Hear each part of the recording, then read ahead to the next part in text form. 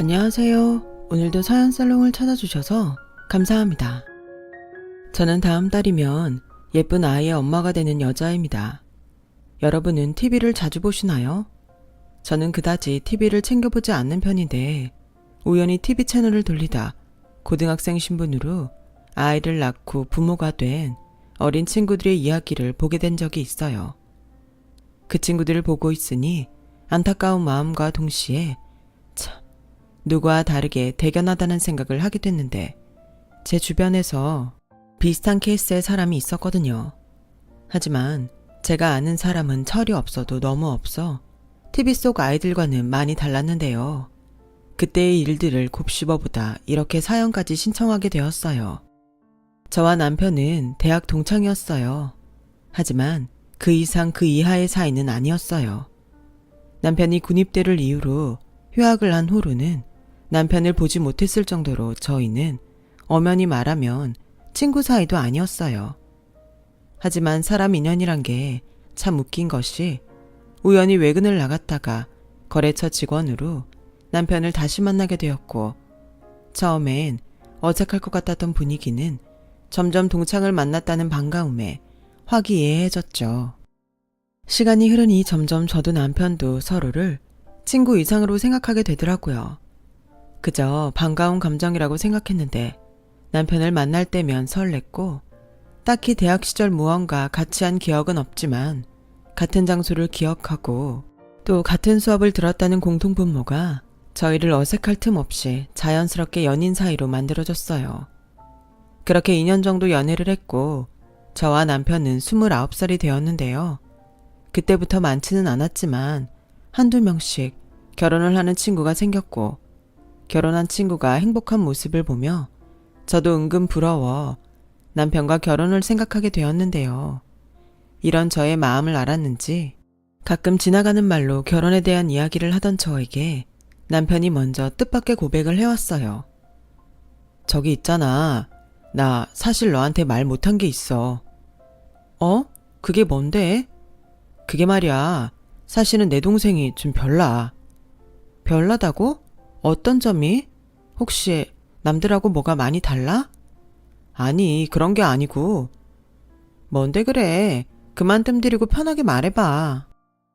사실은 내 동생이 고등학생일 때 속도 위반을 해서 애를 먼저 낳았는데 이번에 결혼을 해. 근데 학교 다닐 때 임신을 했으니 뭐 제대로 일을 한 적이 없어서 벌이도 없고 우리 집도 형편이 그다지 좋지 않아서 내가 기본적인 건 해줘야 할 것 같아. 아, 그렇구나. 사실 네가 결혼하고 싶어 하는 거 알고 있었어. 그래서 나도 눈 딱 감고 너랑 결혼하고 싶었는데 결혼식도 못 올리고 애 낳고 힘들게 사는 동생 보니까 차마 오빠로서 그럴 수는 없겠더라. 미안해. 조금만 더 기다려줄 수 있을까? 이럴 땐 부모님이라도 경제적으로 넉넉하면 좋을 텐데 나도 답답하다. 에이, 뭘 또 그렇게까지 생각해. 우리 아직 젊잖아. 난 더 기다릴 수 있어. 그냥 요즘 친구들이 하나둘 시집간다고 청첩장을 주니까 나도 덩달아서 마음이 그랬나 봐. 그래도 오빠가 참 착하네. 동생 결혼식도 올려주고. 착하긴 무슨. 내 동생이 셈이 많아. 남들 하는 거 못하면 아주 난리가 나지. 그런데 집에선 미우나 고우나 늑둥이 막내라 뭐든 해주고 싶어 하셔서 얼떨결에 내가 하게 된 거야. 따지고 보면 나도 말린 거지. 에이, 그래도 이왕 하는 거 좋은 마음으로 해줘. 아, 나는 뭐 도울 거 없어? 다른 사람도 아니고 네 동생이면 나도 뭔가 해주고 싶은데. 됐어. 괜히 너까지 뭐하러. 왜? 우리도 결혼하면 네 동생도 내 가족이 되는 거잖아. 그러지 말고 슬쩍 동생한테 뭐 필요한 거 있는지 물어봐. 진짜 괜찮은데? 나도 괜찮거든? 그러니까 꼭 물어봐. 지금은 알아요. 그때 제가 뭘 몰라도 한참 몰랐다는 걸요. 하지만 그때는 그게 제 마음이었고 남편과 당장은 아니더라도 결혼하고 싶다는 생각이 강했기에 그 일이 시누이와 잘 지낼 좋은 기회라고 생각했는데요. 사실 남편을 통해 이미 시부모님이 그다지 능력이 없다는 걸 알고 있기도 했어요. 게다가 남편까지 저보다 사회생활이 3년 정도 늦었으니 이렇게 보나 저렇게 보나 제가 경제적으로 조금 여유가 있기도 했어요. 그래서 나중엔 시누이가 그런 저를 참 부러워하기도 했는데 저희 부모님은 엄마는 고등학교 영어 선생님이셨고 아빠는 사업을 하고 계셨거든요. 그래서 이제는 사회인이 되어 월급을 받는 딸임에도 심심찮게 용돈을 받기도 했는데 아무래도 그런 점이 신우는 셈이 났었나 봐요. 하지만 어쩌겠어요. 자식이 부모를 선택할 수 없는 것을요. 저야 운이 좋았고 감사한 일이었지만 어째 신우는 그게 많이도 억울한 듯 말하곤 하더군요. 그런 시누이를 처음 만난 건 시누이가 자기 결혼식을 딱 일주일 앞두고 있던 어느 날이었어요. 그리고 제가 가장 후회하는 날이기도 한데요. 제가 괜찮다고 필요한 거 있으면 말해달라고 남편에게 말했는데 도무지 남편은 그 말을 시누이한테 전할 생각이 없어 보였고 답답한 제가 남편에게 먼저 시누이를 만나게 해달라고 말을 했죠. 그렇게 제가 직접 제 무덤을 파게 된 거였어요. 그리고 그렇게 만나게 된 시누이와 잘 지내고 싶었던 저는 제가 먼저 뭐 필요한 게 없냐고 살갑게 물었고 시누이는 처음 보는 오빠의 여자친구가 무언가 사주겠다고 하니 눈이 초롱초롱해서는 기대에 찬 얼굴로 이렇게 말하더라고요. 정말 필요한 거 말해도 돼요? 네, 냉장고나 TV 같은 거라도 괜찮아요. 그렇게 비싼 것도 괜찮아요? 와! 임지선, 적당히 해. 난 그냥 밥통이나 받았으면 좋겠다. 싼 걸로. 어머, 오빠도 참 센스 없다. 여자친구는 이렇게 잘 골라놓고 어쩜 하나뿐인 동생한테는 그렇게 대충이냐? 그리고 나 밥통 있어. 애 키우면서 밥통도 없을까봐? 그렇게 따지면 냉장고가 없냐? TV도 있잖아. 왜 그래? 내가 좋은 마음으로 선물하고 싶은 건데. 언니, 우리 오빠가 원래 좀 쫌생이에요. 남자가 배포도 작고 속도 종지그릇만 한데 언니는 정말 우리 오빠가 좋아요? 그럼요. 좋아하니까 결혼하는 여동생한테도 선물을 하겠죠? 이야, 언니 짱! 사실은요, 저 다른 것보다 가방이 하나 갖고 싶어요. 요즘은 마트나 소아과를 가도 다들 명품 가방은 하나씩 메고 오거든요. 저희 남편은 지금 공익근무요원이라 벌이가 별로여서. 아, 그러네. 내가 그 생각은 못했네요. 그래요. 우리 말 나온 김에 백화점 가서 하나 골라봐요. 정말요? 그래도 돼요? 언니, 저 꿈꾸는 것 같아요. 이거 현실 맞죠? 지수야, 그렇게까지 할 건 없는데 적당한 걸로 다시 생각해보자. 왜? 난 이왕이면 갖고 싶은 걸 사주고 싶은데 그리고 방금 얘기 들었잖아. 요즘 엄마들 다 명품 가방 하나씩은 있어. 나도 친구들한테 들었는걸. 그리고 다들 하나씩 있는데 나만 없으면 얼마나 우울한 줄 알아? 네가 남자라서 모르는 거야. 맞아요. 우리 오빠는 모르는 게 너무 많아. 그럼 오늘 백화점 가서 사주실 거예요? 저 샤넬 가방 사도 돼요? 아, 샤넬? 그래요. 저는 그렇게 시누이 결혼 선물로 500만 원짜리 샤넬백을 선물로 사줬어요. 뭐 생각보다 비싼 선물을 하긴 했지만 나름 의미 있고 멀리 봤을 때 시누이와 사이좋게 지낼 수 있으니 나쁘지 않은 선택을 했다고 생각했는데 시간이 지나고 보니 그게 제 발목을 잡더라고요. 시누이는 그날 이후 저만 보면 친언니 같다면서 이런저런 이야기를 했는데 항상 이야기의 끝은 갖고 싶은 건 많은데 돈이 없어서 우울하다는 거였어요. 게다가 제가 가진 건 죄다 좋아 보인다며 탐을 내기도 했는데 이건 아니다 싶은 생각이 뒤늦게 들더라고요. 그래서 결혼 전에는 시누이와 슬쩍 거리를 두기도 했어요. 하지만 정확히 3년 후 저는 남편과 결혼을 했고 그때는 시누이와는 한 가족이었기에 아무리 시누이랑 거리를 두려고 해도 그게 쉽지만은 않았는데요. 제가 결혼 전에 시누이와 거리를 두려고 했던 것 때문인지 시누이는 제가 결혼 후 정식 올케가 되자 집요하게 저에게 달라붙었어요. 언니, 이번 주말에 뭐 해요? 왜요? 이번 주는 집에서 좀 쉬고 싶은데. 아니, 저는 평일 내내 애랑 집에 있잖아요. 그래서 주말엔 남편한테 애기 맡기고 언니랑 밖에서 쇼핑도 하고 맛있는 것도 먹고 싶은데 안 돼요? 우리 그거 지난주에 하지 않았어요? 그때 아가씨 화장품 떨어져서 샘플 쓴다고 내가 화장품 기초 세트도 사줬잖아요. 아, 맞긴 한데 떨어진 게 어디 화장품 뿐이겠어요? 같은 여자끼리 다 알면서. 아가씨, 내가 어지간해서는 말하지 않으려고 했는데 아무리 경제적으로 힘들어도 이렇게 대놓고 사달라고 하는 건 아니에요. 아가씨도 이제 한 아이의 엄마잖아요. 그럼 스스로 해결할 수도 있는 것도 있어야죠. 어머, 언니, 지금 그 말은 좀 그렇네요. 저도 언니처럼 연봉이 높거나 능력 있는 부모님 있으면 이렇게 안 살아요. 돈 좀 있다고 진짜 너무한 거 아니에요? 야, 임지선, 작작해라. 내가 네 올케 언니한테 말했어. 너 다시는 뭐 사주지 말라고. 네가 거지냐? 네 올케 언니가 좋게 베푸니까 만만한 호구 같아? 웃겨? 오빠가 뭔데 나서 이러는 거 올케 언니한테도 좋지 않아? 내가 신우이 짓이라도 하면 그땐 어쩌려고 그래? 이미 하고 있네. 됐고, 너 오빠가 경고했다. 저는 사실 남편에게 신우이 일로 종종 잔소리를 들었어요. 너무 잘해주면 자기 동생은 한도 끝도 없이 원한다고 했는데 역시 남매는 남매더라고요. 그래서 그 뒤로는 미움을 사도 어쩔 수 없다고 생각하고 단호하게 신우이를 대했는데 한 3개월은 끊임없이 찾아오고 연락을 시도하더니 나가 떨어지더라고요. 그렇게 신우이 문제는 해결되는 듯 했어요. 하지만 8개월 정도가 지났을까? 시어머니에게서 신우이가 둘째 아이를 임신했다는 소식을 듣게 됐고 이번엔 신우가 아닌 시어머니로부터 신우이를 좀 챙기라는 말을 듣게 되었는데요. 예, 우리 지선이가 철이 없긴 하다. 그래도 널 친언니처럼 따르는 앤데 네가 좀 귀엽게 봐주면 안 되겠니? 넌 동생도 없잖아. 지훈이야, 워낙에 지선이가 철없이 굴어서 오빠 노릇한다고 좋은 소리 하지 않지만 네가 그러면 그럴수록 따뜻하게 품어주렴. 요즘 둘째 가졌다고 입덧하느라 제대로 먹지도 못하는 것 같은데 네가 좀 불러서 맛있는 것 좀 사주고 그래라.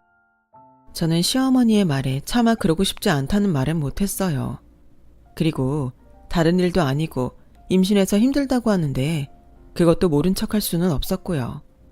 그래서 내키진 않았지만 신우이한테 연락을 했는데 반응이 참 기가 차더군요. 어머, 언니가 무슨 일로 저한테 전화를 다 하셨어요? 이제 저 같은 건 상대하지 않을 줄 알았는데? 그럼 그냥 끊을까요? 어머님이 하도 입덧 때문에 힘들다고 해서 전화해 본 건데 괜히 했나 봐요. 그럼 이만 끊을게요. 언니? 아니에요. 언니도 참 그냥 심통 부린 건데. 아가씨는 이제 애가 둘이 있는 엄만데 언제까지 그렇게 애처럼 굴 거예요. 아가씨도 어른이고 나보다 더 빨리 결혼해서 애 낳은 선배인데. 그런 소리 하지 마세요. 이 나이에 애 있는 건 그렇게 자랑할 일이 아니란 말이에요. 그냥 저는 친구들처럼 철없이 생각 없이 살고 싶은데 자꾸 저더러 애 엄마라느니 어른이라느니 그러니까 숨 막혀요. 저는 속으로 그렇게 말하는 신우이가 안쓰러운 게 아니라 한심했어요. 자기 행동에 대한 책임지는 일들을 숨이 막힌다고 하니 더는 할 말이 없었죠. 제가 또 마음에 없는 소리는 잘 못하는 타입이거든요. 그래서 저는 남편을 동행해 신우이 내외 그리고 어린 조카를 데리고 그래도 꽤 괜찮은 레스토랑에서 밥을 사기로 했는데요. 신우이는 저와 단둘이 만나고 싶었는데 온 식구가 다 모였다고 입이 대빨 나와 있었어요. 뭐 그러거나 말거나 저와 남편은 신경 쓰지 않았지만요. 그렇게 4개월 정도가 지났을까요? 갑자기 친정아빠가 전화를 하셔서는 신축 아파트를 제 앞으로 사주고 싶다고 말씀하셨어요. 그 때문에 남편은 친정아빠와 대면하면서 어안이 벙벙했는지 제 얼굴만 마냥 쳐다봤었는데요. 그러자 저희 아빠가 먼저 조심스럽게 말을 꺼내셨어요. 내가 자네를 무시하는 건 절대 아닐세. 자네가 마련한 전세 아파트도 나는 충분히 좋다고 생각해. 근데 좋은 매물이 나왔다고 하니까 미래 가치를 생각했을 때 이참에 사는 게 좋을 것 같아서. 물론 장인어른께서 사주신다면 저는 그저 감사한 일이죠. 근데 저희 아직 전세 계약 기간도 많이 남았고. 그건 걱정하지 말게. 내가 아는 부동산 친구한테 물어봤는데 요즘은 공실이 귀해서 내놓으면 전세건 월세건 잘 나간다고 하네. 어차피 신축 아파트는 내가 내 딸 앞으로 사주는 거니까 자네는 부담 갖지 말고 천천히 보증금 빼면 되지. 아니면 그 전세 얻을 때 받았던 대출도 내가 이참에 해결해 줄까? 아빠, 이 사람 그런 거 싫어해. 아파트도 받을까 말까인데? 아빠, 지금 오바야. 아, 그런가? 자네, 혹시 기분 상했나? 아닙니다. 제가 능력이 이것밖에 없어서 지수한테 미안하다는 생각하고 있었습니다. 사주시면 감사히 받겠습니다. 대신 전세 보증금 빼면 그건 장인어른 드릴게요. 무슨, 그거 나 주지 말고 자네 전세자금 대출받은 거 그거 정리해. 내가 굳이 명의를 따지는 것도 웃기는 일이지만 내 딸 이름으로 사주면서 자네한테 돈을 받으면 얼마나 웃긴가. 그리고 난 내 딸이 자네와 결혼을 해서 참 든든해. 요즘 같은 세상에 거저주겠다는데 싫다는 사람이 어딨나. 내가 지수한테 자네 얘기를 조금 듣기는 했네만 자네도 내 사위가 된 이상 지금부터는 내 그늘에서 조금은 편했으면 좋겠네. 진심이야. 남편은 무슨 생각인지 입을 꼭 다물고 고개를 가만히 끄덕였어요. 저는 그게 남편이 자존심이 상해 그런 게 아닐까? 눈치 아닌 눈치가 보였는데 집에 돌아가는 길에 남편이 먼저 말을 걸더군요. 그만 봐. 내 얼굴 뚫어지겠다. 나 화난 거 아니고 지금 창피해서 그래. 뭐가? 너무 비교되잖아. 나라도 자기보다 능력이 좋아야 조금 덜 창피한데 그것도 아니고. 뭘 또 그렇게 생각해. 그야 내가 자기보다 입사가 빨랐으니까 그런 거지. 그리고 자기 싫으면 난 그 아파트 안 받아도 돼. 엄마 앞으로 사라고 하지. 난 우리 신혼집도 좋아. 지수야, 미안해. 내가 그런 아파트 사서 결혼했으면 참 좋았을 텐데. 나도 솔직히 그런 새 아파트에 너 살게 해주고 싶어. 근데 지금은 아버님 신세를 지지 않으면 현실적으로 어렵잖아. 아유, 무슨 남자가 그렇게 생각이 많냐? 그냥 단순하게 생각해. 아빠 찬스가 맞긴 하지만 우리가 그 새 아파트로 옮기면 보증금 받아서 대출금 털어버릴 수도 있고, 그럼 우리 빚 없으니까 내가 일 안 해도 애기 낳아도 걱정 없잖아. 설마 나 애기 낳아도 계속 일해야 해? 아니, 난 뭐든 네가 좋으면 상관없어. 일하고 싶으면 일하고 일하기 싫으면 안 해도 돼. 나는 있잖아. 평생 네가 싫다는 건 절대 하라고 하지 않을 거야. 내가 내 식구 하나 책임 못 지겠어? 세상은 참 불공평해요. 저렇게 괜찮은 남자가 어쩌다 그런 집의 아들로 태어나 그런 고생을 하고 살았는지. 결혼하고 나서 알게 된 시댁은 제가 생각했던 것보다 훨씬 남편에게 경제적으로 의지하려고 했거든요. 그리고 저희가 친정아빠의 도움으로 새 아파트로 이사를 하게 됐다는 걸 알게 된 시어머니는 저희가 살던 전세 아파트에 신혼애를 이사시키면 안 되겠냐고 김칫국을 마시는 거예요. 그때까진 그래도 시누이만 철이 없어 염치가 없다고 생각했다가 한술 더 뜨는 시어머니를 보고 뜨아했죠. 아우, 그래도 없는 집보다는 있는 집이 좋긴 하구나. 사돈어른께 내가 정말 감사한다고 꼭 전해드려라. 그나저나 어쩌면 네 아버지가 성견지명이 있으시니 우리 지선이네 월세계약 끝나가는 걸 어찌하시고 아주 딱이다 딱. 그러게요. 그이한테 말했는데 어차피 누구든 들어가면 저희는 보증금 빨리 돌려받을 수 있으니까 좋다고 하더라고요. 뭐? 보증금? 그냥 니네 남은 계약 기간 동안 공짜로 살라고 하는 게 아니었어? 네? 저희도 전세자금 대출받은 게 있잖아요. 그거 보증금 반환받으면 중도상환할 생각이었는데. 아니, 대출 중에 전세자금 대출 금리가 제일 싼데 뭘 그걸 바로 중도상환을 해. 그리고 가족이 좋다는 게 뭐냐? 이럴 때 오빠 올케 노릇하는 거 아니야? 그냥 애들 공짜로 살라고 하자. 그래야 걔들도 돈을 모을 거 아니야. 언제까지 저렇게 지질이 궁상으로 살라고 할 순 없잖니. 생각해봐라. 니 슈누 알고 보면 참 불쌍하다. 지네 시댁에선 미성년자가 애 가졌다고 며느리 취급도 안 해주고 남편이 있어도 공익근무 요원인데 아무리 잘 살라고 용을 써도 그게 로또를 맞지 않고서야 될 일이니? 그건 그런데요. 일단은 그이랑 얘기를 좀 해볼게요. 됐다. 내가 직접 얘기하마. 설마 지 엄마가 그러라고 하는데 자기가 싫다고 할 거야 뭐야? 아휴, 며느리라고 하나 있는 게 저렇게 중간 역할을 개똥같이 하니 내가 답답하다 답답해. 시어머니는 그렇게 어이가 없다는 얼굴로 한껏 심통이 나서 자리에서 일어나셨어요. 그리고 퇴근한 남편을 보니 한바탕 한 것처럼 보였는데 중간에서 제가 참 난감하더라고요.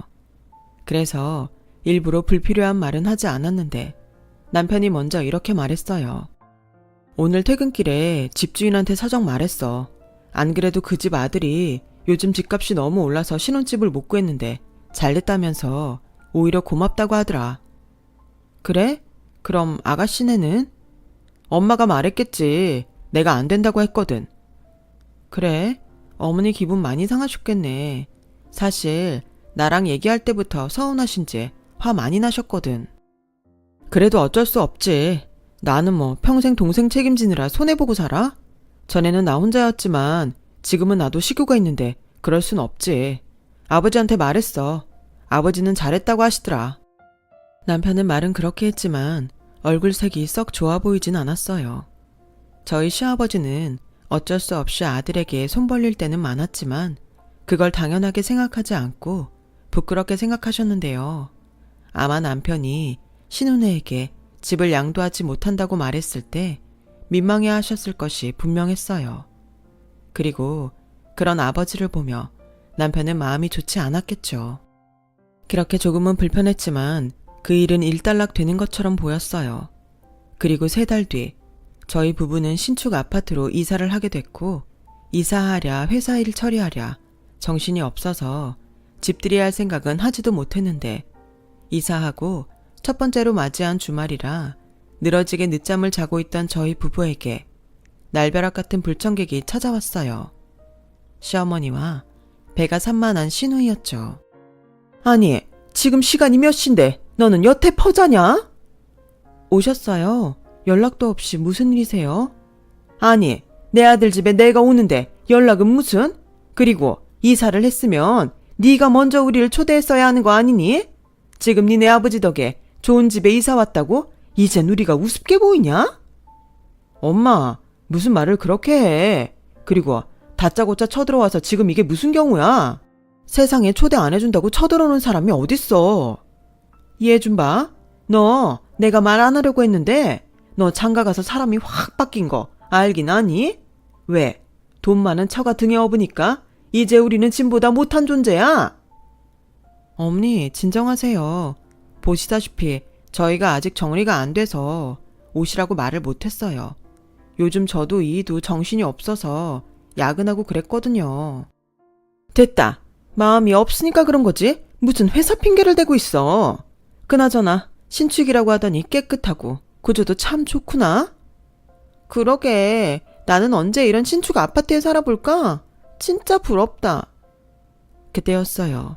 갑자기 시누이가 눈물이 그렁그렁해서는 울기 시작했고 저와 남편은 그 모습에 당황했는데 시누이는 눈치를 슬쩍 보는 것 같더니 이내 자리에 철썩하고 앉아 큰 소리로 울기 시작했어요. 참 황당했죠. 어린애도 아니고 다 큰 어른이 부러워서 남의 집 바닥에 앉아서 우는데 지금 이게 무슨 경우인가 싶었어요. 그리고 그런 시누이를 보고 시어머니는 깊은 한숨을 쉬며 시누이를 달랬는데 그러면서 하시는 말씀이 놀랄 노자였네요. 아우, 일어나 이거사. 여기서 울긴 왜 울어? 몰라. 나는 보증금 올려줄 돈도 없어서 길거리에 나앉게 생겼는데 오빠랑 새언니는 이렇게 좋은 집에서 살고. 너무 불공평하잖아. 엄마, 나도 이 집에서 살고 싶어. 엄마가 어떻게 좀 해봐. 아니, 내가 무슨 재주가 있니? 얘, 너희도 시선이 좀 달래봐라. 얘가 지금 홀몸도 아닌데 이러다 여기서 애 낳겠다. 어떻게 보면 얘가 이렇게 된 건 너희 탓도 있지 않니? 그냥 그 전셋집에 들어가 살게 했으면 좀 좋아. 다른 사람도 아니고 하나밖에 없는 동생인데.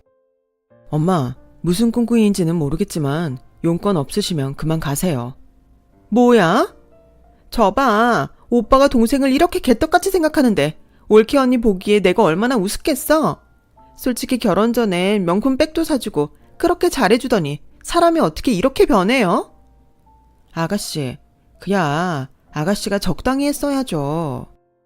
어머, 제가 뭘요? 엄마, 올케 언니가 나한테 하는 소리 들었지? 아가씨 지금 몇 살이에요? 그리고 기억 안 나요? 걸핏하면 제 물건 좋다고 달라고 하고 제가 안 된다고 하면 억지로 울면서 뺏어서는 기어이 망가뜨렸던 거. 저 그런 행동 딱 싫어해요. 그건 예의 없는 행동이라고요. 얘, 너 지금 말 다 했니? 내가 보자니까 네가 아주 내 딸한테 막대하는 게 맞았구나. 그리고 올케 언니여도 언니는 언닌데 좀 주면 어떠냐? 어머니도 그래요. 아가씨가 저러면 따끔하게 혼을 내셔야죠. 어머님이 그러시니까 아가씨가 저 나이 먹도록 철이 없는 거예요. 이제는 시애미한테 훈계까지? 지금 보니까 너는 위아래도 없구나. 그리고 얘가 네 친동생이었어 봐. 네가 그렇게 했겠니? 당연히 아니죠. 친동생이었으면 머리털을 다 뽑아버리든 뒤통수를 3개 갈기든 정신교육 똑바로 시켰을 거예요. 신우이라 참은 거라고요. 세상에, 얘 말하는 것 좀 봐. 뭐가 어쩌고 어째? 네가 감히 내 딸한테 손찌검을 하고 싶었단 말이야? 어머, 너 참 무서운 애구나. 엄마, 그만해. 왜 되도 않는 억지를 부리고 그래? 그리고 임지선, 너 정신 안 차려? 언제까지 엄마 뒤에서 이런 식으로 살 거야? 오빠는 내 친오빠가 맞긴 해. 동생이 이렇게 힘들게 살면 좀 도와줄 수도 있지. 오빠 혼자만 잘 먹고 잘 살면 그만이냐? 아이, 몰라. 왜 나만 인생이 이렇게 개똥 같은 거야. 나는 평생 늙어 죽어도 이런 집에 못 살 거야. 나도 이런 집에 살고 싶단 말이야. 나는 이제 곧 둘째도 태어나는데 보증금이 없어서 집도 없고 언니랑 오빠는 딸랑 둘이 사는데 이렇게 궁전 같은 집에 살고 지금 내 심정을 오빠가 알기나 해? 이럴 바에는 확 죽어버리는 게 나아. 어머, 지선아. 뱃속에 애도 있는데 그런 말 하면 못 써. 임지선, 마음에도 없는 소리 하지 말고 그만큼 했으면 일어나라. 니들이 떳떳하게 벌어서 잘 살 생각을 해야지. 왜 여기서 때를 써? 남편은 화가 많이 났는지 무서운 얼굴로 신우이를 쳐다봤어요. 그러자 시어머니가 잠시 눈치를 보는 것 같더니 이내 본심을 드러내셨는데요. 너도 참, 오빠라는 애가 뭘 그렇게 애를 다그치고 그러냐? 그러지 말고 내 얘기를 좀 들어봐라. 곧 있으면 얘가 둘째를 낳아야 할 텐데 집도 없는 애들이 조리원은 꿈도 못 꾸지 않니? 그렇다고 낡고 바퀴벌레도 나오는 우리 집에서 애를 몸조리 시킬 수도 없고 그래서 하는 소린데 얘네들 여기서 좀 지내라고 하면 안 될까? 네? 아가씨네 식구들 전부를 저희 집에요? 너도 손윗사람으로 생각해봐라. 니들이 당장 임신 계획이 있는 것도 아닌데 굳이 이렇게 넓은 집에서 둘이 있을 필요가 있니? 니네는 신혼이니 작은 방에서 알콩달콩 딱 붙어 지내도 되지. 그러니까 안방이나 작은 방은 지선이네한테 좀 양보해다오. 엄마, 여기 온 속셈이 그거였어? 지금 그게 될 것 같아? 왜? 안 될 게 뭐가 있어? 네 동생은 이런 데 살아보면 안 돼. 솔직히 너야 네 처가 때문에 여기보다 더 좋은 집에 살 수도 있지만 지선이한테는 기회가 없잖아. 오빠 덕 좀 보겠다는데 뭘 그렇게 발끈하고 그러니? 그러게 정 같이 지내는 게 그러면 니들이 얘네 원룸 보증금 해결하고 당분간만 니들이 거기서 지내라. 뭐 그것도 나쁘지 않네. 나쁘지 않긴 뭐가 나쁘지 않아. 엄마 아들 이러면 진짜 쪽팔려서 이 사람이랑 못 살아. 이 집 장인어른이 사주셨다는 거 까먹었어? 아니 장인어른 아시면 어쩌려고 그래?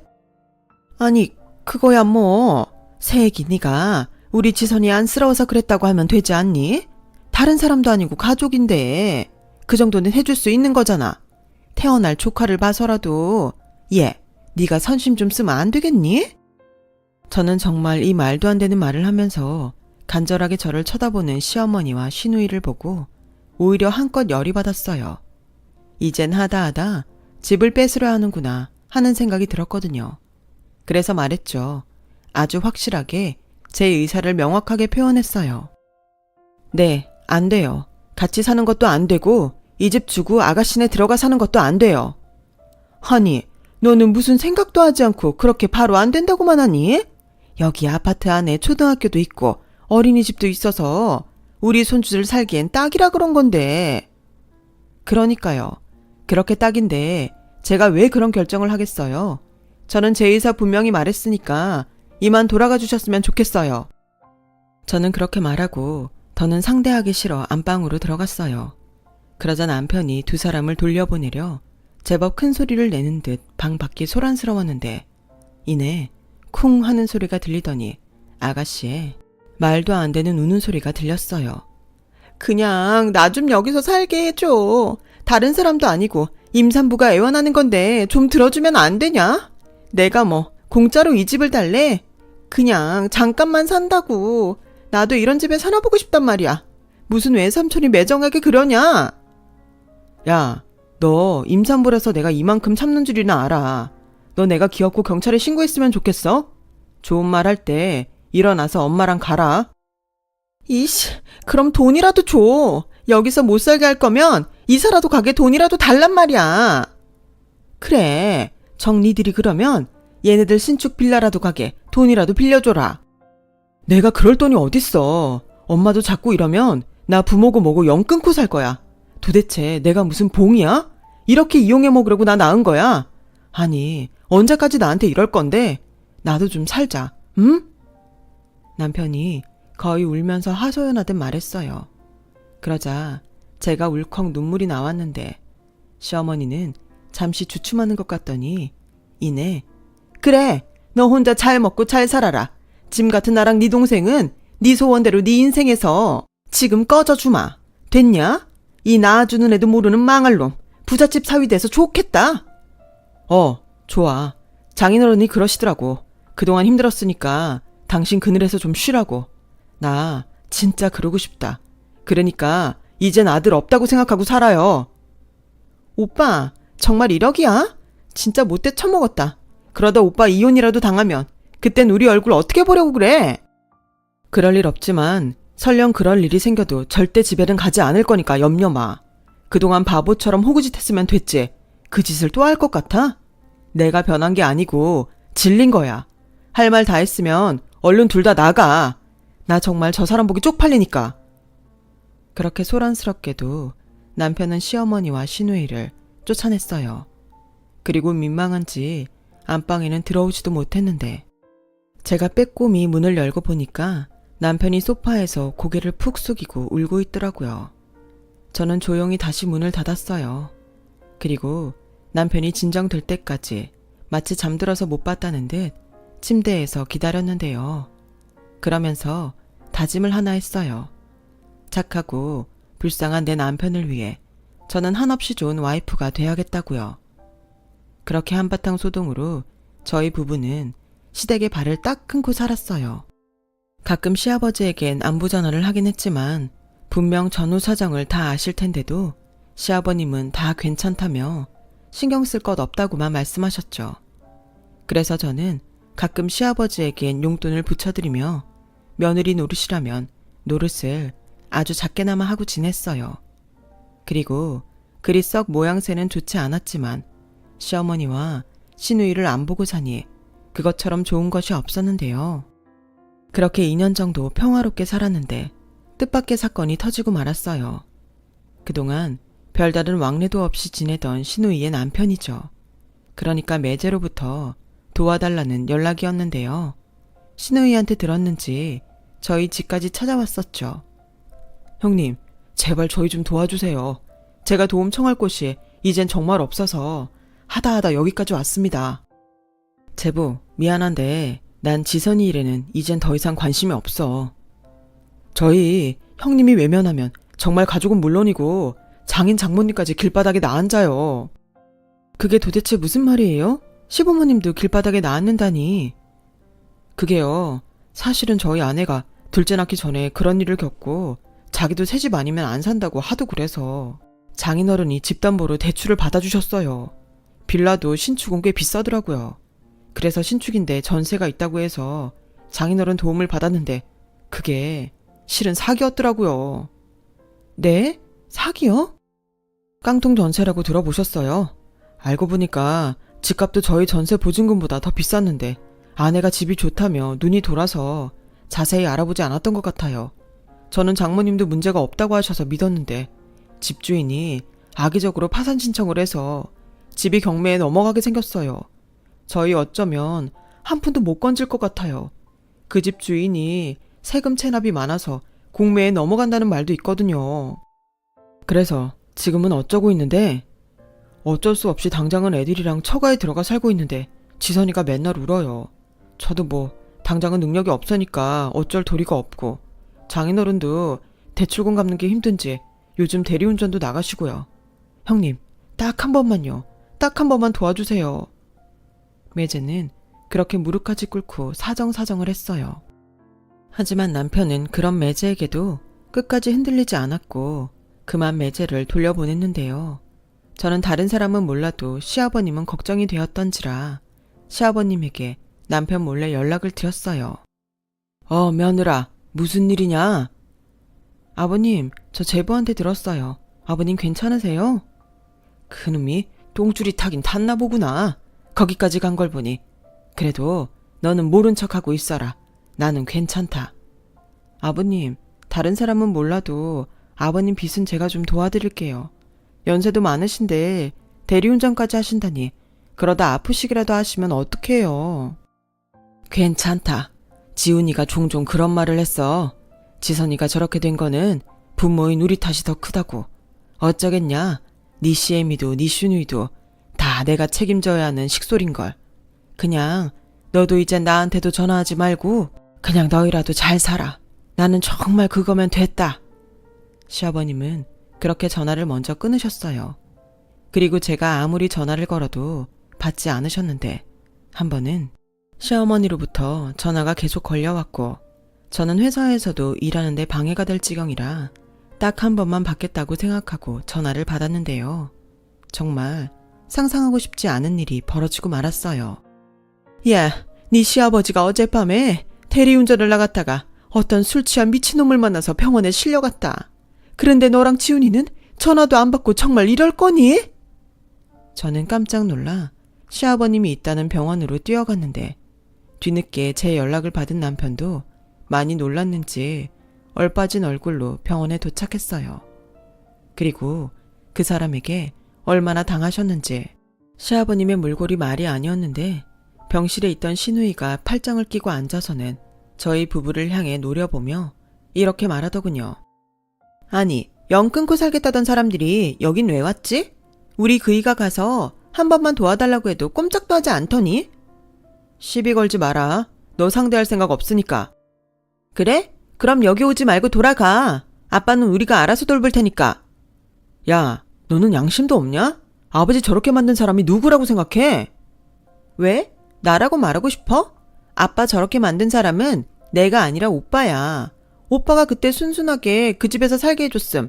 이런 일이 왜 일어나? 이기적인 오빠랑 새언니 탓을 해야지. 나한테 돌리지 마. 지선아, 그만해라. 그래도 여기 병원 빌며 네 아빠 폭행 사건 네 오빠랑 새언니가 해결해야 하는데 그만들 쑤셔. 뭐야, 엄마는 지금 그거 해결하라고 나 부른 거야? 그럼 여기서 그런 일 할 사람이 어딨냐? 그리고 너 온 김에 우리 1인실로 바꿔줘라. 여기는 사람도 많고 시끄럽고 불편해. 아버님, 보험 없으세요? 저 사람이 보험 같은 게 어딨어. 있어도 다 깨고 없지.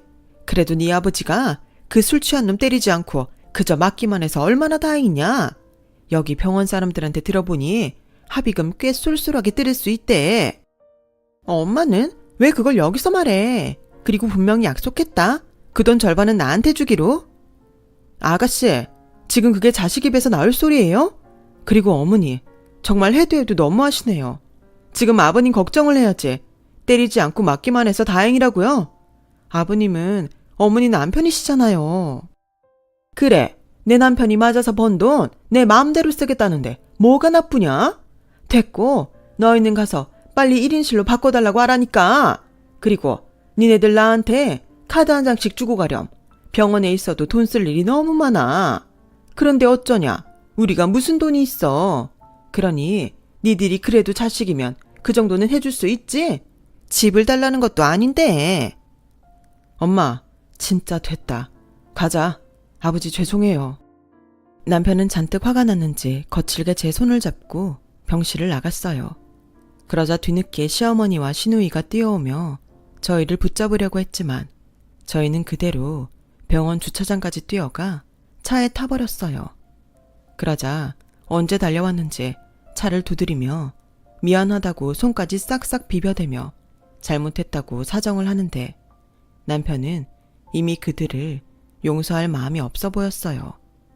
그리고 며칠 뒤 시아버님으로부터 연락이 왔고 병원에서도 자신보다 돈밖에 모르던 시어머니와 시누이를 보고 실망이 크셨는지 이혼을 결심했다고 하셨어요. 나중에 시어머니가 울고불고 시아버님에게 매달린 것 같았는데 배신감이 얼마나 크셨는지 뒤도 돌아보지 않은 것 같더라고요. 결국 시아버님은 꽤 오랜 시간을 들여 집을 팔아 빚을 모두 갚으셨고 시어머니와 소송을 통해 이혼을 하셨는데요. 시누이는 왜 자기한테는 저희 친정 같은 부모님이 안 계시냐며 또 한심한 억지를 부렸고 어쩔 수 없이 아이 둘을 데리고 그동안 문전박대하며 받아주지 않겠다던 자기네 시댁으로 들어간 것 같은데 시누이의 시댁은 강원도 산골에서 농장을 하고 있었어요. 워낙에 시누이를 싫어했던 사돈 어른들은 시누이를 집이 아닌 농막에서 지내게 한 것 같더라고요. 졸지의 시누이는 원하지도 않는 돼지나 소똥을 치우며 살고 있는 듯 했죠. 그리고 이 사실을 알게 된 경위도 정말 기가 막힌데요. 시누이가 자기 좀 여기서 데려가 달라며 남편 핸드폰에 음성 메시지를 남겼고 남편은 이러다 시누이가 자신에게 또 엉겨붙을 것이 걱정이 되었는지 핸드폰 번호를 바꾸어버리고 말았거든요. 저는 이러다 시누이가 갑자기 집에 들이닥칠까봐 걱정이 돼서 친정아빠에게 그간 있었던 이야기들 모두 털어놨고 그 집에서 나가고 싶다고 말했어요. 지금은 아파트 값도 떨어진다고 하지만 그때는 부동산 시장이 나쁘지 않았기에 꽤 많은 시세 차익을 남길 수 있었고 저희는 다른 동네로 이사를 갈 수 있었는데요. 그 후로는 정말 시어머니나 시누이하고는 연을 끊고 지금까지 살고 있어요. 가끔 시아버님과는 연락하고 왕래를 하며 지내고 있는데 저희는 암묵적으로 시어머니와 시누이에 대한 이야기는 하지 않고 있죠. 뭐 좋았던 일보다는 잊고 싶은 기억이 더 많기 때문에 굳이 이야기할 필요가 없었으니까요. 그렇게 씁쓸하지만 소란했던 시절을 보내고 저희 부부에게도 경사스러운 일이 있었어요. 그동안 기다려도 소식이 없어 애를 태우더니 제가 결혼하고 6년 만에 드디어 임신을 하게 된 거였죠. 이제 다음 달이면 기다리던 아이를 만나게 될 텐데 저는 시어머니처럼 아이가 예뻐서 모든 걸 받아주는 그런 엄마는 되지 않을 거예요. 결국 그런 잘못된 사랑이 아이를 어떻게 망치는지 제 눈으로 똑똑히 봤으니까요. 부디 늦게나마 시누이도 시어머니도 정신 차리길 바라면서 저는 현명하고 지혜로운 엄마가 되는 그날까지 최선을 다해 노력하도록 하겠습니다. 아직은 출산이 무섭기도 하지만 꼭 순산해서 예쁜 아이를 품에 안는 엄마가 되고 싶어요. 꼭 그렇게 될 수 있도록 여러분들이 응원해 주시면 대단히 감사하겠습니다. 지금까지 저희 이야기 들어주셔서 정말 고맙습니다. 점점 무더워지는 요즘 건강 조심하시고 행복한 날들 되시길 진심으로 바랄게요. 여러분, 사연 댓글에 응원과 현명한 조언 부탁드려요. 좋아요와 구독은 저에게 큰 힘이 됩니다. 오늘도 좋은 일 가득하세요.